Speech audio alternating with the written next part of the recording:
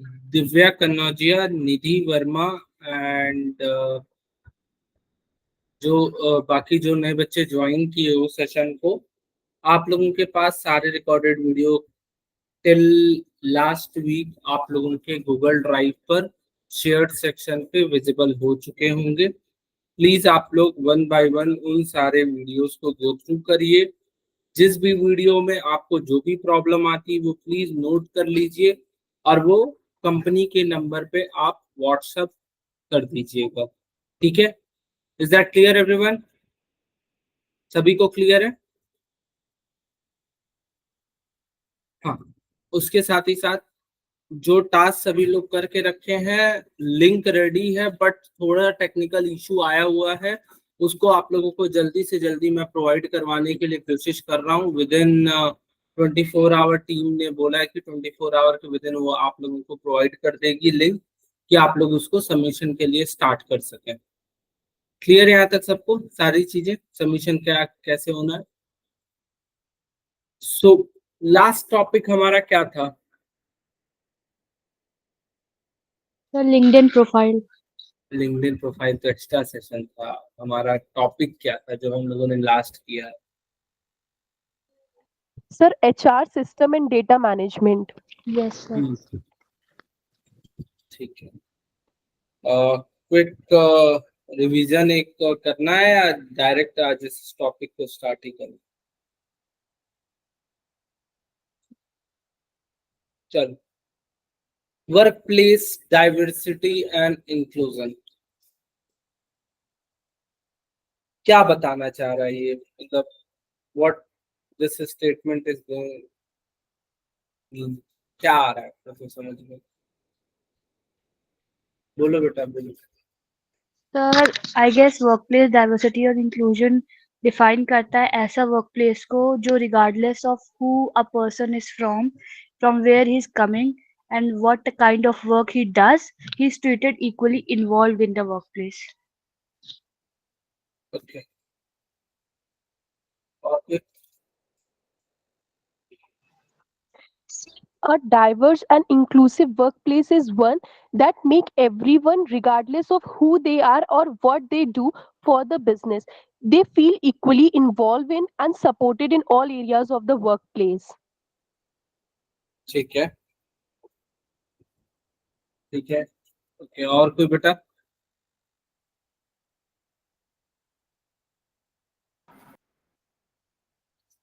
और कोई? Anyone else? Yashika, फैलीज, अनुभव, प्रशांत?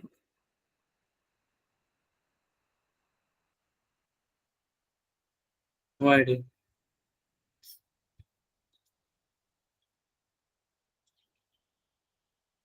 बेसिकली वर्क प्लेस सीधा सीधा मतलब है कंपनी। ओके। डाइवर्सिटी मतलब किसी भी जगह से, किसी भी लैंग्वेज से रिलेटेड लोगों का कैसे एक जगह पर कलेक्टिव उनको किया जाता है। अभी 2-3 दिन पहले आप लोगों ने सुना होगा कि प्राइवेट सेक्टर में Karnataka government is going to, मतलब 100% कन्नड़ लोगों को वहां पर आपको रखना है। आप लोगों ने सुना होगा, Kannada Yes, speaking. sir. Yes, sir. No government can take this type of foolish, एक ये कह सकते हैं एक्ट है, जहां पर आप एक रीजन के लोगों को एक कंपनी में नहीं रख सकते, क्योंकि टैलेंट जो होता है वो डाइवर्स होता है। कंपनी हर जगह से लोगों को लेकर आती है। कोई हो सकता है पंजाब से हो, कोई हो सकता है केरला से हो, कोई हो सकता है त्रिपुरा से हो, कोई हो सकता है गुजरात से। उस कंपनी में उस बंदे की वैल्यू है क्योंकि वहां पर रखा गया है। हो सकता है उसको कन्नड़ लोग नहीं मिल रहे हो, कन्नड़ में वैसी क्वालिटी ना उसको मिल पा रही हो कर्नाटका के लोगों में। तो इस प्रॉब्लम को देखा जाए तो बहुत बड़ी ये प्रॉब्लम है कि कैसे हायरिंग करते हैं लोग। जब हायरिंग का प्लान बनता है तो उसमें एक स्ट्रैटेजी जरूर रखी जाती कि किस रीजन से कितना परसेंट हायरिंग करना है।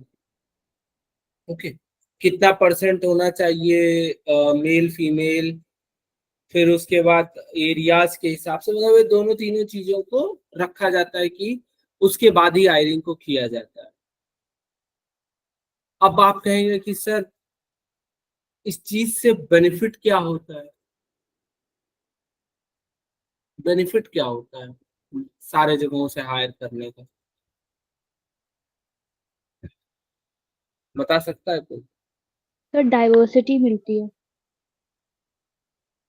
डाइवर्सिटी तो मिलती है, बट इसका एक बेनिफिट बताओ, एज एन एचआर सोचो। जहां पर सोचो कि भाई हम 100 लोगों को हायर कर रहे हैं, वो 100 एक जगह के तो है नहीं, वो हैं अलग अलग रीजन से, है ना? बेनिफिट क्या हो रहा है यहाँ पर हम लोगों को? Sir, new ideas and new thinking. एक पार्ट है ये इसका। तो अलग अलग कल्चर से लोग आ रहे हैं, तो सर पूरे इन्वायरमेंट का पता चल रहा है, डायनेमिक इन्वायरमेंट क्या। अच्छा वो उधर उस स्टेट से आता है तो उस पर्टिकुलर टारगेट ऑडियंस का टेस्ट पता चल जाएगा। कोई किसी स्टेट से आ रहा है तो उसके टारगेट ऑडियंस का थोड़ा प्रेफरेंस पता चल जाता है। Okay, ठीक। और कुछ आइडिया कोई बताओ, सोचो, थोड़ा सा सोच के देखो क्या चीज। सर टैलेंट पूल इससे बेटर होगा कि अलग अलग जगह के लोग जो बेस्ट टैलेंट है पूरे जगह से, मतलब एक जगह उसको हम अक्वायर कर रहे हैं।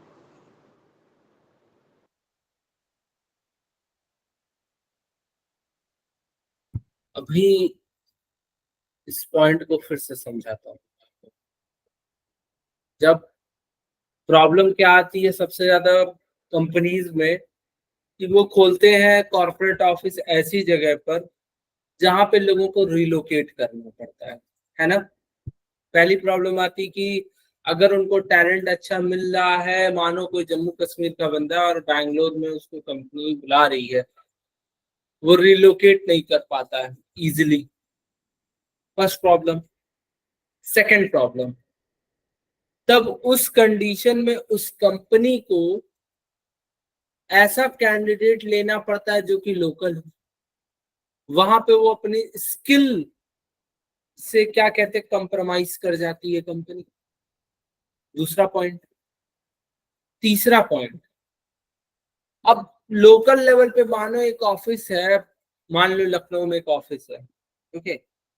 लखनऊ के लोकल लोग ही सारे लोग वहां पर हैं, 100 के 100 लखनऊ वाले ही हैं। कंपनी में अगर कुछ प्रॉब्लम आएगी तो डायरेक्टली वो 100 के 100 लोग निकल जाएंगे। निकल जाएंगे अगर एक मानो लखनऊ का एक लोकल बंदा है, वो कंपनी में, मतलब होता है ना लोकल लेवल पे थोड़ा बॉन्डिंग इंटर बॉन्डिंग ज्यादा होती, काम को लोग उतना प्रेफरेंस नहीं देते हैं। होता है ना, जैसे आप लोग क्या कहते हैं, गॉसिप होने लगती है ज्यादा, वो अपनी मजे मजे चलने लगते हैं। तो कंपनियां क्या करती हैं कि अलग अलग जगह से लोगों को लेकर आती हैं एक प्लेट में। उससे बेनिफिट ये होता है कि रिलेशन इतने जल्दी बिल्ड नहीं हो पाएंगे। जब तक रिलेशन बिल्ड होगा तब तक उनको काम में हम इन्वॉल्व कर लेंगे, और जब तक हम काम में उनको इन्वॉल्व करेंगे उतना टाइम उनको काम ही में रह जाएगा कि बॉन्ड बना ही नहीं पाएंगे। तो ये बहुत बड़ा चीज होता है, कंपनियां इसको देखती हैं। अब एक जगह से लोगों को नहीं लेती हैं, वो कभी नहीं करेंगी। वो सबसे बड़ी फॉल्ट होती है, क्योंकि जैसे होता क्या, एक सुपीरियर बंदा है हायर लेवल पे, वो हमेशा सोचेगा कि मेरे अंडर जो टीयर्स हो बने, ट्रीज बन रही हो, उसमें हर एरिया के लोग आए। इससे एक सेटअप में अलग अलग जगह से हम देख सकते हैं कि हमारा प्लान ऑफ एक्शन उस एरिया या उस रीजन में हम क्या तैयार कर सकते हैं। मेरा पॉइंट समझ आ रहा है? कुछ कुछ समझ आ गया होगा मैं बताने वाला क्या हूँ उसमें भी। तीसरा पॉइंट, कुछ दिन पहले अभी एक समिट हुई थी रिसेंट में, मतलब सारे इंटरप्रेन्योर्स की और स्टार्टअप कंपनीज की रिसेंट थी। तो फरवरी की बात है, हम लोग भी गए थे। तो उन लोगों ने पूछा कि आप लोग हायरिंग कैसे करते हैं। हम लोगों ने बोला कि हम लोग अलग अलग जोनल्स हैं हमारे, और जोनल्स हम लोग जोन बाय जोन हमारी हायरिंग होती है। उस जोन का बंदा वहाँ की टीम बिल्ड करता है, वो हम लोगों के साथ कोलेबरेटिवली वर्क करती है। कोर टीम हमारी मिक्स रहती है, and we work like this, organisation structure है। तो फिर अलग अलग स्टार्टअप्स ने बताया कि नहीं, हमारे वहाँ इतने परसेंट लोग हैं, यहाँ से हैं, ये हैं, क्यों हैं। तो एक स्किल बेसिस पर उन लोगों ने बताया कि दिल्ली के जो लोग होंगे वो कम्युनिकेशन उनका बेटर होगा। दिल्ली के जो साइड के लोगों को, या दिल्ली एनसीआर का जो रीजन होता है, वहां से किसी को हायर करोगे तो उनका कम्युनिकेशन वे बहुत बढ़िया है। ठीक है, मतलब स्किल वहां पर मिल जाएगी। अगर टेक्निकल स्किल के बेसिस पे आपको किसी को हायर करना है, आप हायर करो बैंगलोर से करो, हैदराबाद से करो, आप हायर करो क्या कहते हैं मुंबई से करो, पुणे से करो। ओके, फिर एक आपका उधर भी बताते हैं लोग, केरला में तिरुवनंतपुरम और कोची, चेन्नई हो गया, ये सब मतलब रीजन है जहाँ पर कहा जाता है कि आईटी सेक्टर के अगर लोगों को लेना है, यहाँ से उठाओ लोगों को। उसके बाद बिजनेस माइंडेड उठाने हैं लोग आपको, तो वो उठा लो आप, गुजरात के लोगों को उठा लो, गुजरात वाले मिल जाएंगे। थोड़ा आपको क्या कहते हैं मिडवे चाहिए, लड़ाई भी कर सके और काम भी कर सके, वो वसूली भाई वाले, तो यूपी बिहार वालों को कर लो। तो मतलब इस तरीके के उस समिट से कुछ चीजें निकल रही थी कि हाँ, किस जगह को किस लिए जाना जा रहा है। तो हायरिंग के लिए चीजें होती हैं कि अब भाई हम देखते हैं कि हम किस एरिया में किस स्किल की चीजों को लेने जा रहे हैं। रियलिटी है इसके पीछे, हार्श रियलिटी, कि भाई हम हर एक स्किल एक जगह पर नहीं पा सकते। Is it true? ट्रू है ना भाई? तो प्रॉब्लम, अब प्रॉब्लम क्या आप लोगों को दिखी है work place diversity and inclusion में? पहला, सभी लोगों को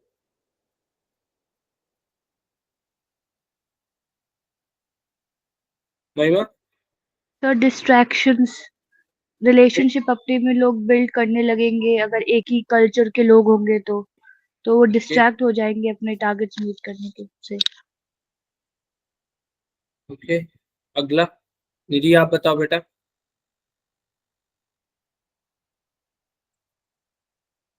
बेटा मिनट रुको। निधि, दिव्या, आप लोग यस सर। हाँ बोलिए बेटा। सर डिसएडवांटेज बताने हैं। हाँ, हेलो। वर्क सर प्लेस में, ऐसे अगर हाँ हाँ, हमारा वर्क माइंडसेट प्लेस में बनना। क्यों डिफरेंट एरिया से लोगों को हम लोग लेते हैं? सर डाइवर्सिटी के लिए। बोलो बोलो, क्विक। सर अलग अलग जगह का अलग अलग कल्चर होता हम्म। है। सर वही हम्म। अगर सारे लोग एक बिजनेस ऑर्गेनाइजेशन में आएंगे तो सर वो हेल्प करेगा उसको ग्रो करने में। सर लाइक अगर हम ठीक है। एग्जांपल ले तो मैकडोनल्ड्स है। सर वो दूसरी कंट्रीज में हम्म। नॉनवेज होता है, बट अगर इंडिया में आते हैं तो अगर हम इंडिया का पीपल हायर करते हैं मैकडोनल्ड्स वाले तो उन्हें इंडिया के कल्चर के बारे में ज्यादा पता चलता है। सर ये कल्चर की वजह से ही है। हम्म। ओके, ठीक है, गुड। उस्मा, आप आंसर करो बेटा। सर आपने डिसएडवांटेज पूछा था ना, मतलब जो हाँ डिफिकल्टी है। मतलब क्या डिफिकल्टी आ रही, क्यों इसकी जरूरत पड़ी, मतलब एक तरीका होता है ना। जैसे अभी जब मैंने स्टार्टअप स्टार्ट किया था, मैं खुद की स्टोरी से ज्यादा मैं मतलब बताता रहता हूँ लोगों को कि समझ में आए कि हमने कंपनी स्टार्ट की तो हमें पता चला यार छत्तीसगढ़ के लोगों को नहीं लेना चाहिए। तो हमसे एक जन ने पूछा कि सर क्यों? मैंने कहा नहीं लेना चाहिए, ना दिल्ली वालों को लो ना छत्तीसगढ़ वालों को लो। क्योंकि छत्तीसगढ़ ऐसा एरिया है, you can't trust them. Same problem Delhi वालों के साथ, आप ट्रस्ट नहीं कर सकते हो। Work place diversity and inclusion बहुत बड़ा चीज है। आप देखते हो कि आप सुनते होगे, बच्चे सब लोग सुनते होगे, यूपी बिहार के लोग सबसे ज्यादा बाहर जाके वर्क करते हैं। You have listen this may be everyone, सुना है सबने? क्यों है ऐसा? कुछ कुछ तो इसके पीछे रीजन है। Trust, one of the major reason is that trust। And ये छोटे छोटे पॉइंट्स में आप लोगों को प्रॉब्लम्स आइडेंटिफाई करना पड़ेगा। अब वापस से एक आप लोगों का जो एग्जांपल चल रहा था एमबीए चाय वाला, हम लोग इसके ऊपर डिस्कशन कर रहे थे। वहीं पे अभी एक स्टूडेंट ने बताया कि मैकडी क्यों सक्सेसफुल है इंडिया में।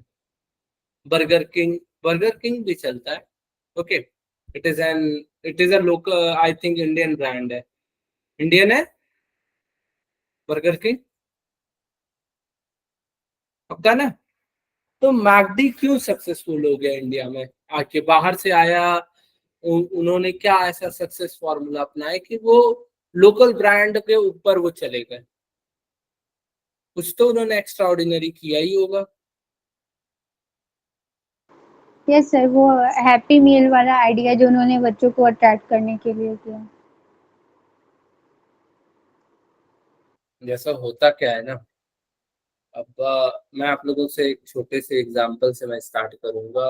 व्हेन ऑर्गेनाइजेशन हम लोगों की जब चालू हुई तो हम लोग पंजाब में थे। तो पंजाब के रीजन में जो मेजर प्रॉब्लम थी वो प्रॉब्लम हमारे साथ बताई गई। वहाँ पे लोकल हमारे चीजें थी, हम लोगों ने लोकली काम किया, ओके। अब जब मैं यूपी आया, मैं हूँ प्रॉपर यूपी से था, तो होम टाउन गोरखपुर, और I never thought that I will come back and work in UP ever। So यहाँ आने के बाद देखा, यहाँ की प्रॉब्लम्स को मैंने देखा, सुना, समझा, डिसीजन लेना था कि क्या करना चाहिए यहाँ के लिए। मैं कहा okay, we can go with that.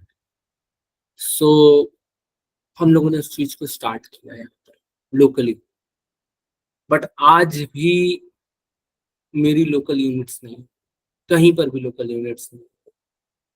All thing is on my head, जो भी है मेरे सर पर, कोई भी लोकल यूनिट नहीं है। यहाँ पर मैं नहीं कर पाता हूँ, हायरिंग करने के ट्राई करता हूँ, never I can do that, fail हो जाता हूँ।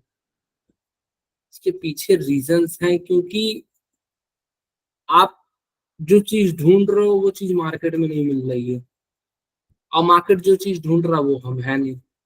मेजर जो होता है ना, दोनों अलग अलग चीजें, दो अलग धड़े हैं हम, मतलब सिमिलर नहीं हो सकते। वी आर लाइक दिस, ये जो है ये 6 हो जा रहा है, ठीक है, 5 की जगह पर। ये अगर सेम होके बैठता, सेम ये बन जाता, तो चीजें सीधे दिख जाती। तो हम पंजाब में इस चीज को लेकर काम किए, वो कि लोकल यूनिट्स वहां पर हमें मिले, लोकल सपोर्ट मिला। गोरखपुर में मुझे लोकल सपोर्ट मिला क्योंकि मैं यहाँ का होम टाउन है, अच्छे रिलेशंस हैं लोगों से, तो वर्कआउट हुआ। सेम सेम पैटर्न देखें लखनऊ में, हम लोगों ने लखनऊ में काम किया, लोकल सपोर्ट नहीं था, ना कोई वहां पर हमारे इंटर रिलेशंस किसी के साथ नहीं थे। हमने अपने खुद की क्वालिटी पर एक रीच किया, और जो भी चीजें बन पड़ती थी उन चीजों को लाया हमने। एक होता है, उस दिन देर रात जब मैसेज हुआ, मैंने कहा नहीं, I am going to cancel this internship या ट्रेनिंग, जो भी, मैंने कैंसिलेशन डाल दिया, one word. Late night sir ने कहा कि तुम्हारा डिसीजन था, तुम यूपी गए थे, तुम कह रहे हो कैंसिल कर रहे हो, क्या उस डिसीजन को तुम फिर चेंज कर रहे हो? मैंने कहा सर, डिसीजन चेंज करना नहीं। उन्होंने कहा कुछ चीजें डिसीजन सोच समझ के लेने चाहिए, आप डिसीजन लो, बट डिसीजन वहां के लोकल लेवल पर देख के देखो, हो सकता है ये जो बच्चे हैं इनको क्वालिटी ना पता हो, आप पे ट्रस्ट ना, गिव देम दैट। आज वो नहीं, कल वो आपके लिए काम करेंगे। ओके, हर चीजें बड़ी पिक्चर देखना, बड़ी पिक्चर देखे हो कभी छोटे पिक्चर से शुरू करो, हर चीज छोटे से स्टार्ट होगी। हम लोगों ने बताया ओके सर, हमारी टीम उन्होंने जो भी थे ट्रेनर के दूसरे ट्रेनर्स अलग अलग डिपार्टमेंट के दिए गए, सारी चीजें फिर प्लान की गई, इसके बाद हम लोगों ने स्टार्ट किया।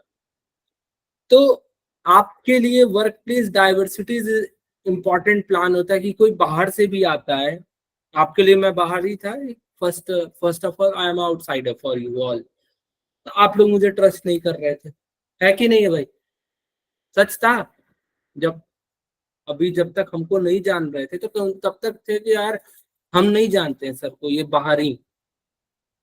बट आज आप हमको जान चुके हो, तो आप जो भी आपके नोन वन है, आप जिससे जिन लोगों को पता चल रहा है, वो तब जान पाए यार कि हाँ ये सच है, ये कुछ झूठ नहीं है, कोई फ्रॉड नहीं है, कोई स्कैम नहीं है।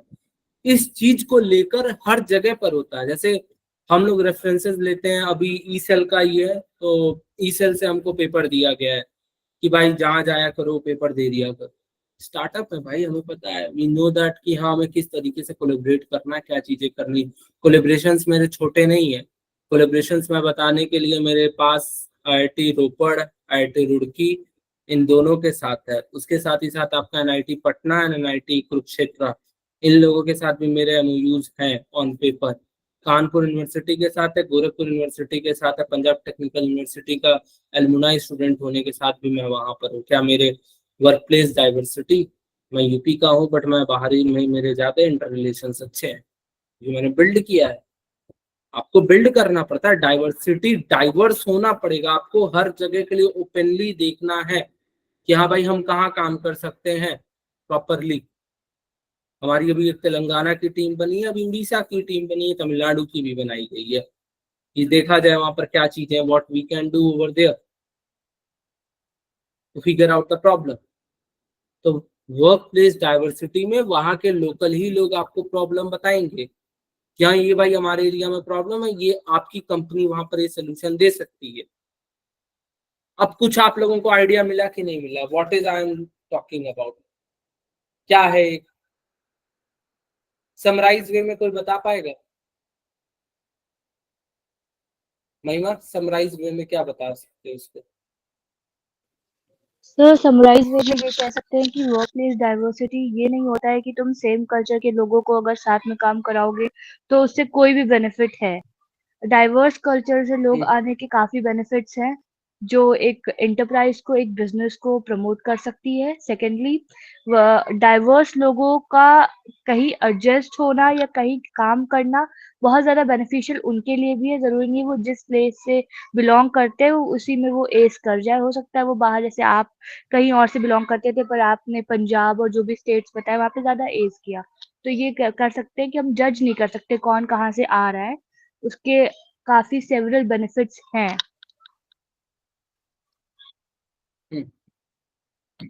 Ishita, any other point you have in mind? किसी और के पास कोई और पॉइंट हो? इशिका, उज्मा। Yes sir.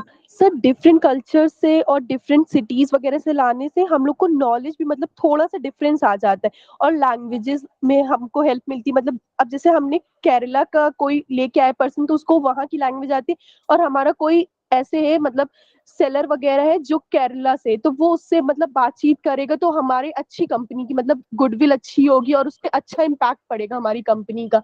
और उधर साइड से भी हमको नॉलेज भी मिल जाएगी कि वहाँ के लोगों को क्या चाहिए। कहीं हम लोग अपना प्रोडक्ट वहां तक पहुंचाना चाहते तो वो केरला वाला पर्सन हम लोग को हेल्प करेगा वहां तक रीच आउट करने में। अब यूपी का हम लोग को केरला के लिए नहीं अच्छे से बता सकते कि वहां पे क्या चाहिए, कैसा वहां का टेस्ट है, तो इसलिए हमको केरला का ज्यादा सही है। एम्प्लॉय रख लेंगे तो हमको बेनिफिट भी मिलेगा, ऐसे किसी पर्सन को हायर करेंगे तो उसके लिए एक्स्ट्रा चार्जेस देने पड़ेंगे। और कोई पर्सन हायर करेंगे जरूरी नहीं वो हमारे लिए अच्छा ही काम करे, पर एम्प्लॉय होगा वो हमारे लिए अच्छा काम करे, क्योंकि फिर उसकी सैलरी पे अच्छा करेगा तो हम लोग उसको सैलरी के साथ बोनस भी देंगे और भी अच्छे अच्छे बेनिफिट्स देंगे, तो इसलिए वो ज्यादा अच्छे से हमारे साथ इन्वॉल्व होके काम करेगा सर। ओके, उज्मा बेटा,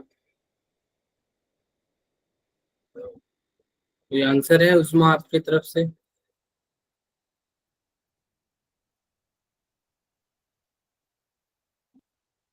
Feliz, any answer? याशिका?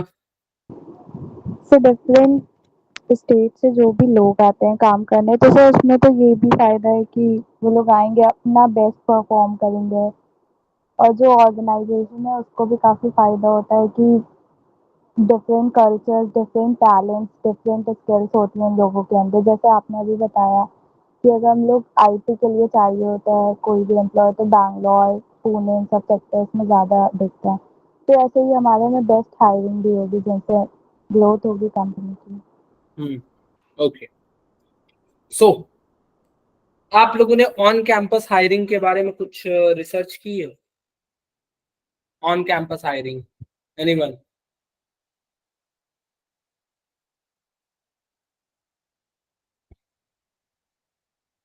बेटा, ऑन कैंपस हायरिंग बताया था ना ड्यूरिंग एचआर रिक्रूटमेंट, क्या होता है ऑन कैंपस हायरिंग? सर इसमें जो होते हैं लाइक एमबीए हो गया, बीकॉम हो गया, अलग कोर्सेज होते हैं। यहाँ पे जो लोग बच्चे स्टडी कर रहे होते हैं वहीं से जाके जो बड़ी बड़ी आप एम्प्लॉय उनको वहाँ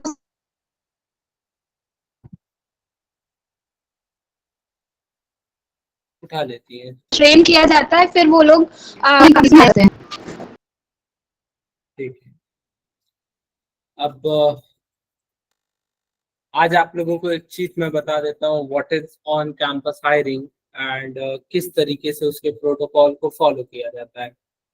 बेसिकली जब सब लोग ऑन कैंपस हायरिंग का नाम सुनते हैं तो सबसे पहले सबको लगता है कॉलेज पे हायरिंग होती होगी, कॉलेज हायरिंग है।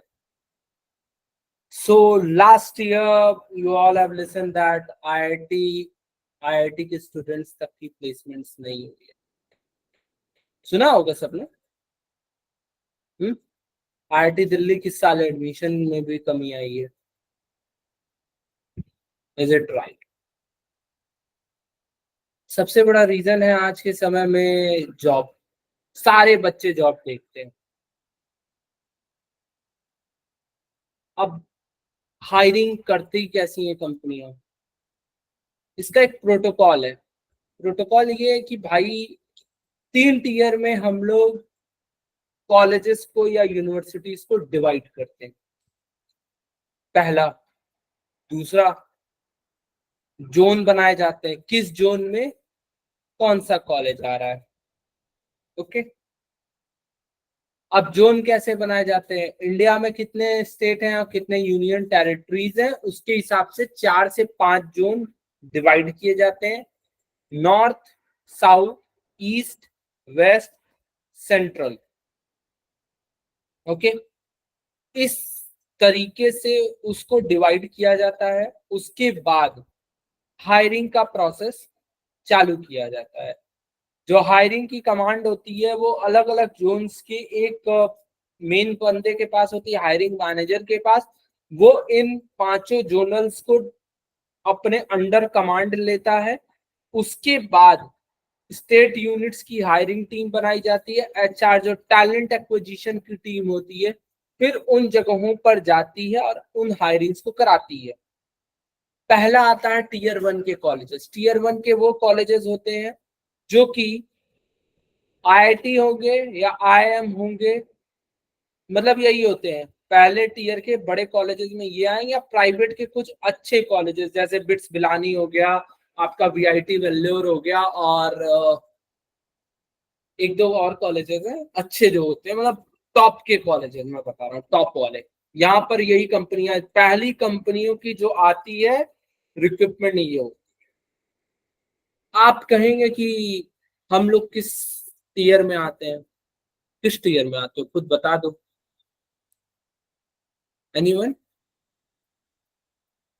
आइडिया है किस टीयर में आता होगा आप लोगों का यूनिवर्सिटी या कॉलेज? टीयर 2 और टीयर 3? अरे बोलो सर किसमें टीयर 3। टीयर 3। सो अभी जुलाई का सीजन चल रहा है, 22 जुलाई है।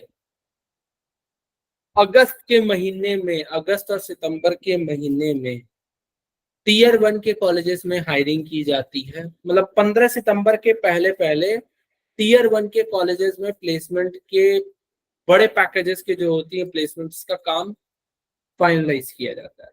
उसके बाद जब कंपनीज को लगता है कि हमारे पास उतने कैंडिडेट मिल गए हैं जो क्वालिटी होती है, अब उनको जो उनके नीचे वाले बंदे चाहिए होते जो सुपर मतलब उनके अंडर रह सकें, उसके बाद उनकी हायरिंग वो चालू करती है, वो टीयर 2 से करती है। टीयर 2 के कॉलेजेस में हायरिंग होती है, थोड़े पैकेजेस मतलब लो और मीडियम साइज के पैकेजेस होते हैं। टीयर 3 में कैटेगराइजेशन होता है ABC। ABC में वो पहले आते हैं जो ठीक ठाक हो। सी वो होता है जहां पर मतलब एंड में जाएंगे यार, जब हमें कहीं नहीं कुछ मिलेगा तब हम वहां पर हायरिंग करने जाएंगे। 3.5 लाख 4.5 लाख मतलब वो सबसे मिनिमम पैकेज होता है। उस कैंडिडेट को मान के चलो 6 महीने से 1 साल के अंदर वो बंदा बाहर हो, वो फिक्स है उनके लिए। वो उस जगह को रिप्लेसमेंट उसकी ले आते हैं हर साल। ये होती है हमारी ऑन कैंपस की hiring basically. Same pattern follow किया जाता है कि हाँ हम अलग अलग जोन में ऑफ कैंपस हायरिंग भी कर रहे हैं। तो work place diversity and inclusion में अब आपको समझ में आया कहाँ से स्टार्ट होता है ये पॉइंट। ये पॉइंट यहाँ पर नहीं आता है, ये पॉइंट आपका स्टार्ट हो जाता है हायरिंग जिस दिन स्टार्ट होती है उसी दिन इसको प्लान किया जाता है कि हमारी कंपनी में किस तरीके के लोगों को इंक्लूड करना है और कैसे करना है। ये सारी चीजें तभी प्लान आउट कर ली जाती हैं जब कंपनी हायरिंग स्टार्ट कर रही होती है। Is that clear everyone? सभी को क्लियर है ना भाई? अब बेसिक आइडिया आपका फॉर्मेशन हो गया है।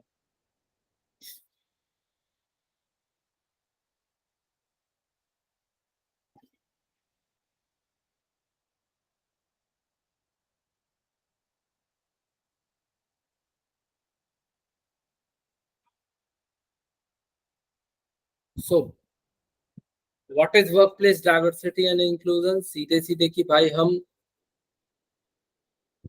उनको किसी के बैकग्राउंड या पर्सनल कैरेक्टरिस्टिक पर नहीं करते हैं। हम अलग तरीके से इस चीज को टैलेंट पुल को मेल फीमेल के बेसिस पर कर सकते हैं। ठीक है, अलग अलग लैंग्वेजेस के बेसिस पर हम लोग करते हैं और उनके कल्चर्स के बेसिस पर करते हैं। I think is that clear everyone? What is work place diversity and inclusion? First point.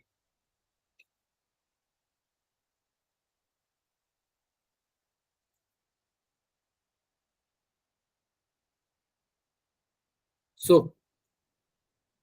अब आता है कि हाँ भाई डाइवर्सिफाइंग द टैलेंट पुल। अब भाई हम अगर एक ही जगह पर हायरिंग करेंगे तो हमको हो सकता है सेम तरीके का मिलेगा पुल, बट अगर हम अलग अलग जगह से करेंगे तो हमारे पास एक डिफरेंट टैलेंट की एक स्किल टैलेंट पुल क्रिएट हम कर लेंगे जिसमें हम लोग पिक करना हमारे लिए इतना इजी नहीं होगा।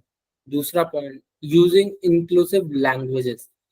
जैसे सेम लैंग्वेज के लोगों को अगर ज्यादा उठा लोगे तो वो कॉमन हो जाएंगे, तो हमें थोड़ा अलग अलग लोगों को अलग जगहों से लेकर आते हैं जिससे लैंग्वेज बैरियर हो जाए।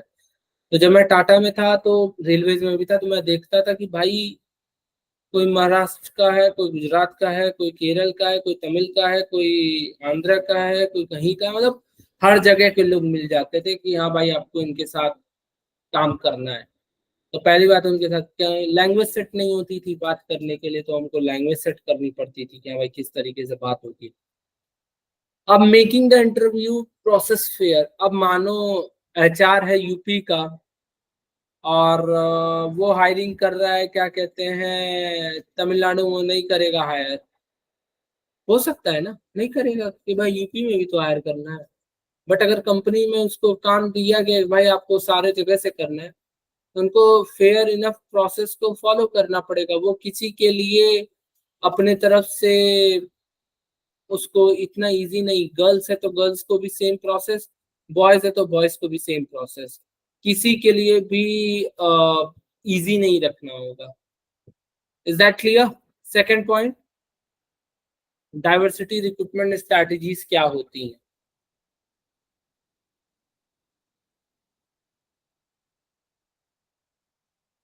अनकॉन्शियस बायस ट्रेनिंग, मतलब बायसनेस नहीं होनी चाहिए आपकी।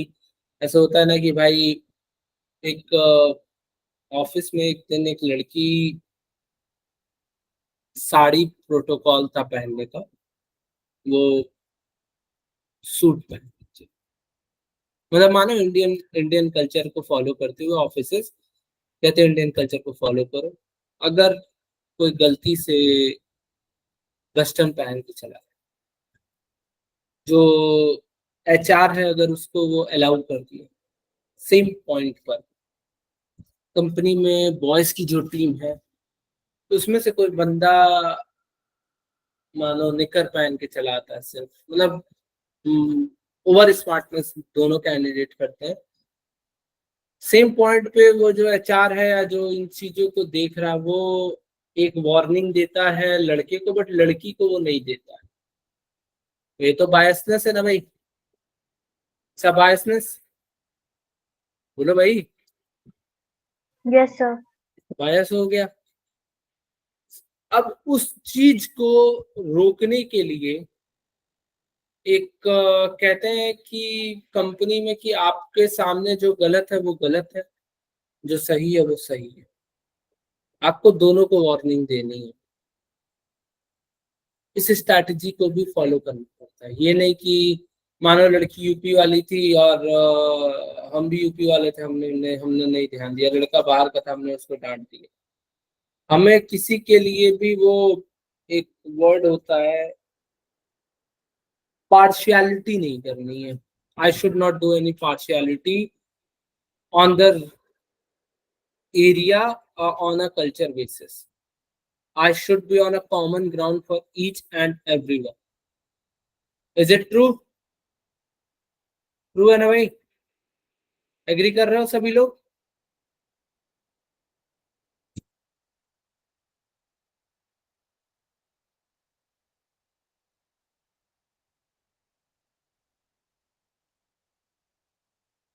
What is affirmative action program?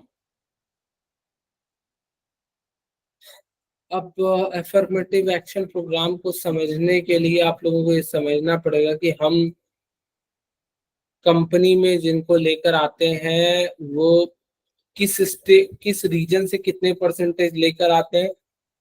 Minimum 5% होता है, ओके, मतलब नॉर्थ साउथ ईस्ट वेस्ट जो मिलाकर चारों जोन बनाए जाते हैं उसमें मिनिमम 5% होता है या तो मैक्सिमम 40% होता है।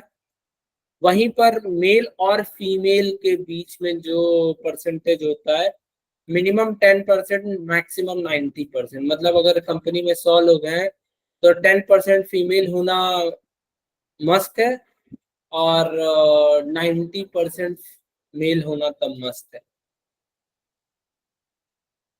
नोट हुआ?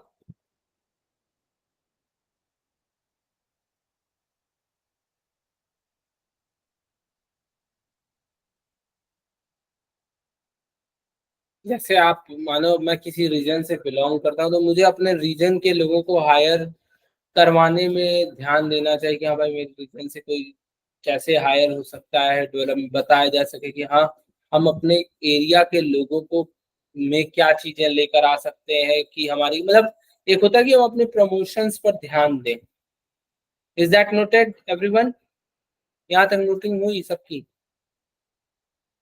एक क्वेश्चन आप लोगों के लिए है कि आपकी कंपनी में, ओके, जो आप लोगों को ब्रांड एलोकेटेड है उस ब्रांड में कितने परसेंट मेल एम्प्लॉयज है, कितने परसेंट फीमेल एम्प्लॉयज है, कितने परसेंट लोग कहाँ से बिलोंग कर रहे हैं, मतलब नॉर्थ से कितने परसेंट लोगों को हायर करती है कंपनी, साउथ से कितनी कर रही है, वेस्ट ईस्ट जो भी है, किस तरीके से कितना परसेंट का कंपोजिशन बनाया जाता है 100% में, आपके वहाँ मिनिमम 5 है, मैक्सिमम 40 है।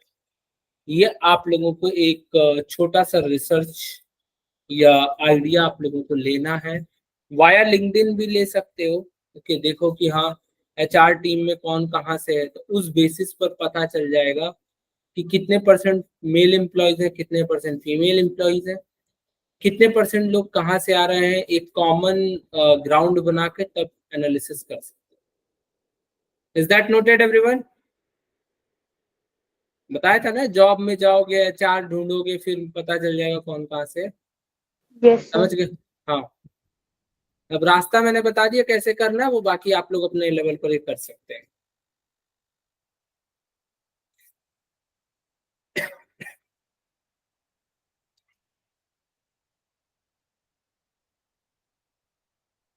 Employ resource group.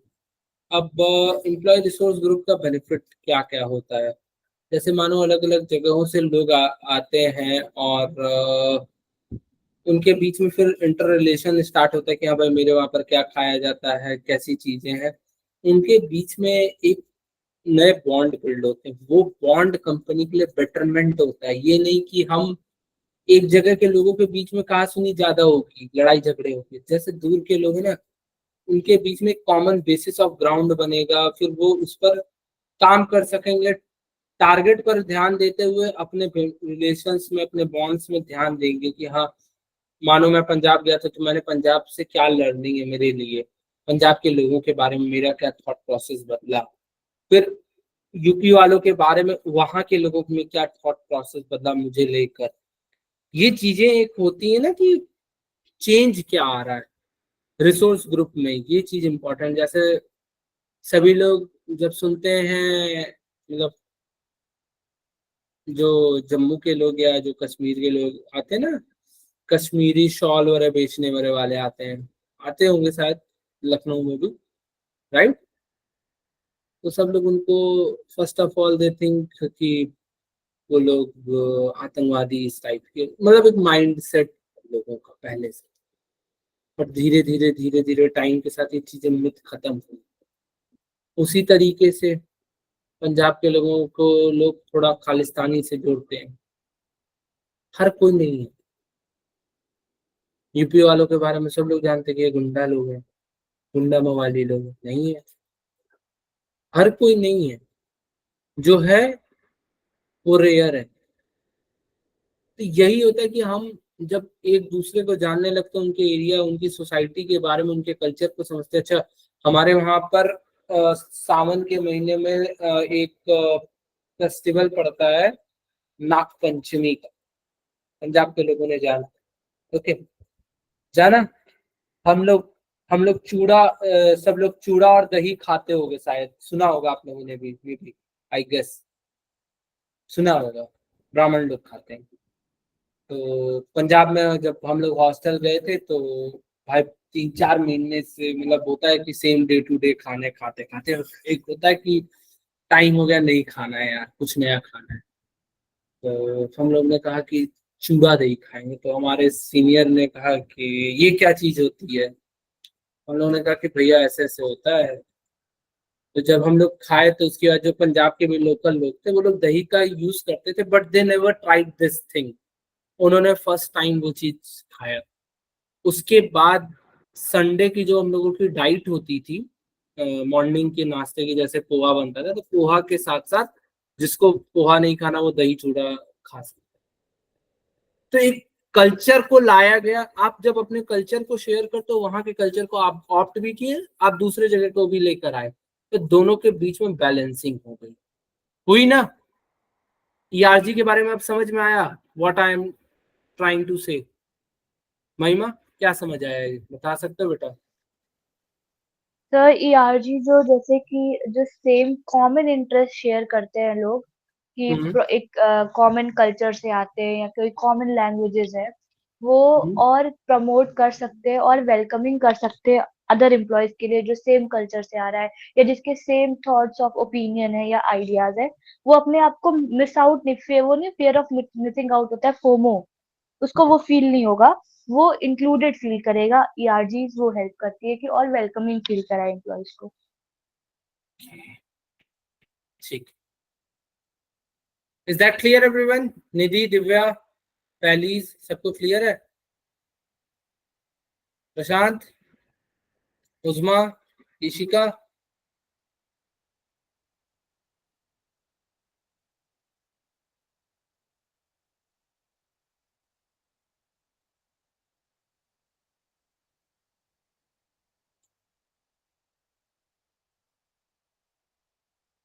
अब आता है पॉइंट एम्प्लॉय टर्मिनेशन प्रोसीजर। इसके बारे में भी एक आखिरी में भी एक पूरा डिटेल्ड इसके पर प्रेजेंटेशन है, बट यहाँ पर भी इसका एक छोटा सा पॉइंट है, तो इसको समझ लो सभी लोग कि आप किसी को अगर कंपनी से आउट कर रहे हो या आउट होना चाह रहा है, तो उसमें लीडरशिप को पता होना जरूरी। ये नहीं कि हम जा रहे हैं सारे एम्प्लॉयज को पता, लीडर को पता ही नहीं। Okay, being aware of one own biasness. अब ऐसा ना हो कि मैं किसी एक बंदे को निकाल रहा हूँ on the ground of gender या on the ground of any culture. Okay, कहीं पर मैं बायस नहीं हो के ये डिसीजन ले रहा हूँ कि मानो 5 लोग काम कर रहे हैं, 5 में से प्रशांत काम नहीं कर रहा है, मुझे लगा दिव्या को निकाल देना चाहिए क्योंकि दिव्या, मेरे लिए Divya is not a perfect guy मेरे नजर में, बट दिव्या कंपनी में काम कर रही है बट प्रशांत नहीं कर रहा है। It is a business I am going to do. तो आप जो ये बायसनेस की चीज होती है, चेक करना कि भाई मैं क्यों निकलना चाह रहा हूँ, मैं क्यों निकाल रहा हूँ किसी को, इस चीज पर सीनियर लीडर्स को भी ध्यान देना चाहिए। Why I am taking this decision. Okay, creating a safe and a respectful place, work place.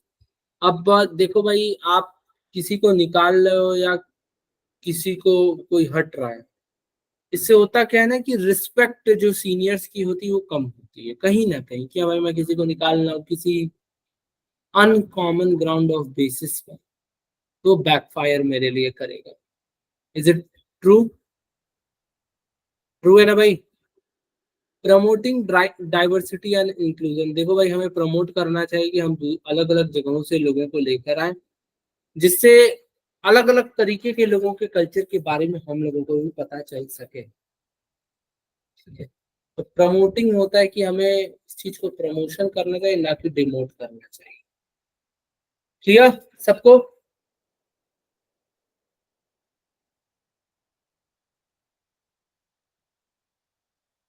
सो आज के टॉपिक का बेसिक कंक्लूजन क्या है? कोई कंक्लूजन बताना चाहेगा?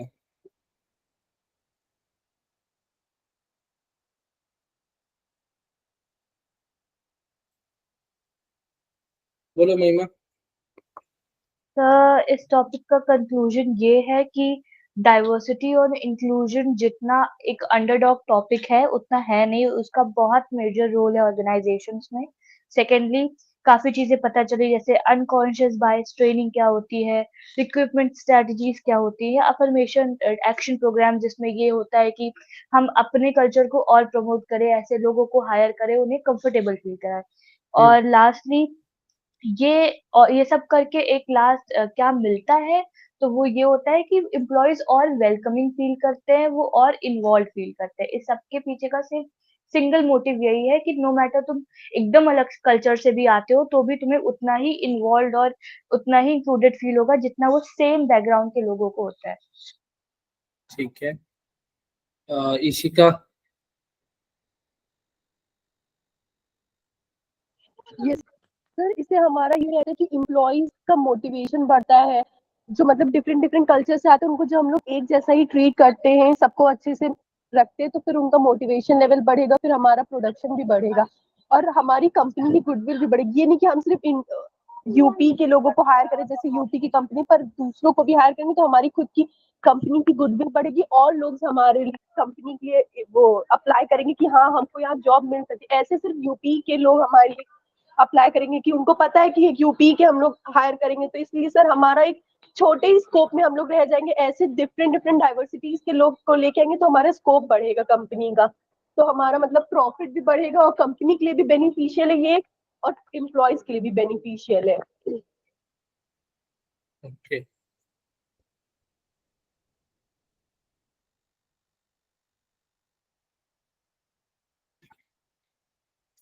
और कुछ किसी के माइंड में हो आज के टॉपिक को समझने के बाद?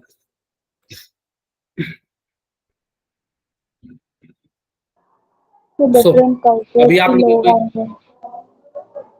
हाँ बोलो बोलो, याशिका बोलो।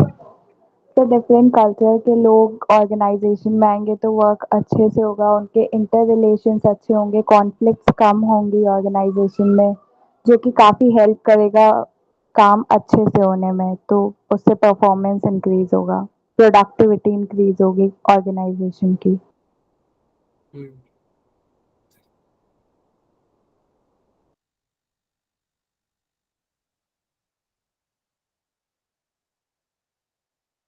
आज अभी एक मैं आप लोगों को टास्क नहीं, मतलब आप लोगों को आज के टॉपिक के बेसिस पर आप लोग परफॉर्म क्या करोगे अभी 1 घंटे के लिए? क्या कर सकते हो, क्या एक्टिविटी परफॉर्म कर सकते हो, खुद बताओ। What you all want to perform, क्या कर सकते हो? तो वही जो भी आपने दिया, वही करोगे, फाइंडिंग बट वो क्या छोटा कंपटीशन है मेल फीमेल वाला। छोटा टास्क मुझको लग रहा है। मुझे लगता है कुछ ऐसा सोचो कि मतलब जिसपे कुछ किया जा सके। सर किसी ऑर्गेनाइजेशन के वर्कफोर्स को स्टडी करने की, मतलब उनके कितने एम्प्लॉयज किस जगह से है उसका वो एक तो दे दिया, टेबल। वो तो दे दिया, वही दिया हूँ मैं। सर इस टॉपिक पे case study, case studies task में डाल सकते हैं, बट इसकी केस स्टडीज क्योंकि बनी नहीं है ना, इसकी केस स्टडीज अब आप लोगों को जो 12 केस स्टडीज हैं अलग अलग, वो एक तैयार करवाऊंगा परसों।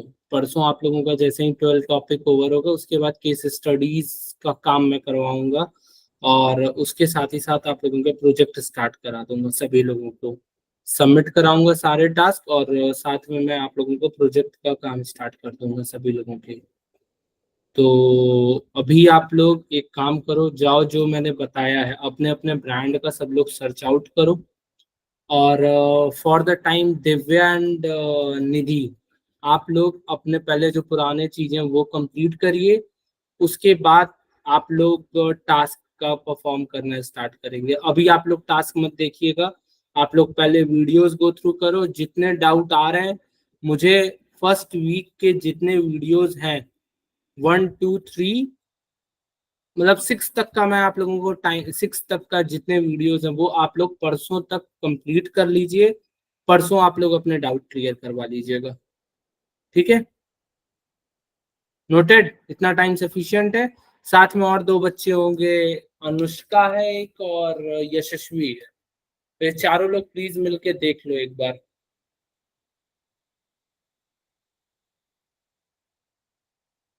सभी लोग अभी जाओ अपने अपने ब्रांड पर बैठ के सर्च आउट करो कि मेरी मेरी कंपनी में कितने लोग कहाँ से हैं, क्या कंपोजिशन है मेल और फीमेल का, किस लैंग्वेज से या किस रीजन से कौन हायर हो रहा है, और क्या कंपोजिशन चल रहा है। एक बार रिपोर्ट आप लोग फाइनलाइज करके बताओ मुझे, ठीक है? टेक योर टाइम, 1 घंटे में हो जाए 1 घंटे में भेज देना। अगर आज नहीं हो पाता है तो कल भी भेजना चाहोगे तो भेज देना कंपनी के नंबर पे सर्च करके, ठीक है? कोई दिक्कत आए मैसेज ड्रॉप कर देना, और हो जाएगा उसके बाद। और सबका लेटर मिल गया, लिंक्डइन बना कि नहीं बना? कितने लोग लिंक्डइन का अकाउंट बना डालेंगे?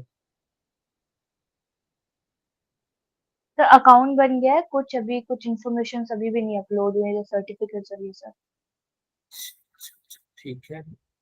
अरे अमेजोन और मत लिखा करो प्रशांत, ट्राई मत कर, सपनों को जिस दिन सच कर देना उस दिन लिख देना। ठीक है, लेटर जब मिलेगा ऑफर लेटर तब डालना। कोई गलत इम्पैक्ट पड़ता है, जैसे तुम प्रोफाइल पे ट्राई करते हो तो वो अच्छा इम्पैक्ट नहीं जाएगा। एक बच्चा था एप्पल लिखा था, उसको बाद में इंटरव्यू में कंपनी ने पूछ लिया तो बेचारा बाहर कर दिया गया। तो फिर ऐसा ना हो, गलती हटा दो, उसको डिलीट कर दे। ठीक है, चलो फॉर द टाइम आप लोग लीव कर सकते हो। प्लीज परफॉर्म करके मुझे फॉरवर्ड करो।